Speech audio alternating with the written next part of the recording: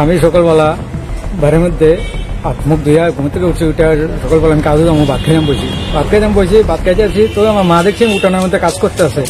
তো বাড়ির বৃষ্টিও নেই, ড্রেনটা জল যায় না, তো বাড়ির জলটা মাটিতে বাঁধতে আছে আর কি, বাঁধতে আছে। পরে বাড়ির পাশে সোহেল আলম দেখি যাওয়ার চাইয়া মারে ঝাপাইয়া ধরছে, কয় এনে বান দিতেছে গিয়ে মাটি মুটি ইডিলে ভালাই দিতে আছে, ইডিলে ভালাই দিয়ে যেটা গিয়ে উঠছে মারু ভাইয়া তারা 4-5 জনে মিললে ঝাপিয়া পড়ছে। পয়সা মার গলার চেন লয়ে গেছে, কানের জিনিস লয়ে গেছে, কানটা চিরা লয়ে গেছে।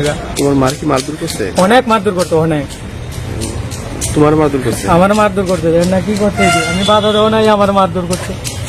এটা কি করছে, পাওয়ার মধ্যে ব্যথা হয়েছে। আচ্ছা শুনো না, তোমার যারা মারধর করছে নাম কি? সোহেল আলম, দিদার হোসেন, ময়নাল মিয়া। কয়জন? তারা 4 জন, মিনা বেগম, তারা সবাই মিলে মারছে। কোন জায়গা বাড়ি? বাড়ি আড়ালিয়া চইলা। কেস করছো থানাতে জানাইছো? হ্যাঁ কেস করছে, আমি কেস দিচ্ছি।